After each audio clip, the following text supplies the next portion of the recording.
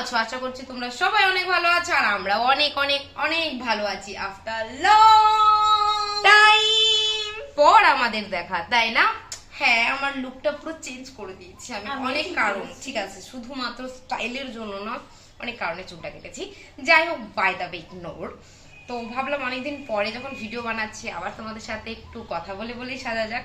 যাই হোক, তো এবার অনেকেই ভাবছে যে কি ব্যাপার, এতদিন কোথাও উদয় হয়ে গেছিল আবার চলে আসলো, সরি উধাও হয়ে গেছিল এখন আবার উদয় হয়ে গেল। না, অ্যাকচুয়ালি সত্যি কথা বলতে আমরা কখনোই উদয় হইনি। যতই প্রবলেম থাকুক ভিডিওটা কন্টিনিউ আসবে ভেবেছিলাম, কিন্তু আমার একটু এক্সাম ছিল, তো 1-1.5 মাস আমি পুরো গায়েব হয়ে গেছিলাম। আমি ভেবেছিলাম 1-1.5 মাস আমি কোনো ভিডিও বানাবো না, এক্সামের জন্য একটু খাটবো, বাট ইগনোর।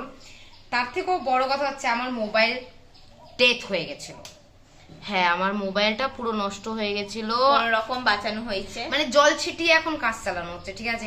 তবে ডাক্তার বলেছে যে এরকম ভাবে চলতে থাকলে খুব একটা বেশি দিন এই মোবাইলটা বাঁচবে না, মানে যেখানে একবারেই মরে যায় মোবাইল সেখানে আমার 3বার অপারেশন করার পরেও চলছে, মানে বুঝতে পারছো, এবার যদি বন্ধ হয় আর চলবে না।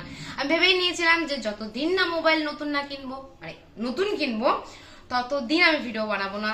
তারপরে ভাবলাম যখন সুযোগ আছে করি, মরলে মরে যাবে, আসলে না মরলে আমি নতুন মোবাইল কিনবো না, ঠিক আছে। তো মোবাইলটা খারাপ ছিল, নষ্ট হয়ে গেছিল, তার জন্য 1 মাস বন্ধ ছিল, আর আমার এক্সামের জন্য 1.5 মাস, টোটাল 2.5 মাসের উপরে বন্ধ ছিল ভিডিও। তো আবার চেষ্টা করব, গ্যারেন্টি না, তবে চেষ্টা করব ভিডিও কন্টিনিউ আসবে। তবে যদি ভিডিও না আসে তাহলে ভেবে নিও আমার মোবাইল মরে গেছে। আর হ্যাঁ, অনেকদিন পরে ভিডিও বানাচ্ছি, যদি ভিউজ না পায় না, কাঁদবো, খুব কাঁদবো, আমি জানি। মডার্ন কাকিমা শাস্ত্রী জাস্ট। তো আর একটা কথা, এই সত্য, আমার লুকটা কেমন লাগছে একটু অবশ্যই বলো। হ্যাঁ, একদম বকওয়াস। না, আমাকে বেশ সুন্দরই লাগছে দিদিদের, যতই বলি মডার্ন কাকিমা লাগছে।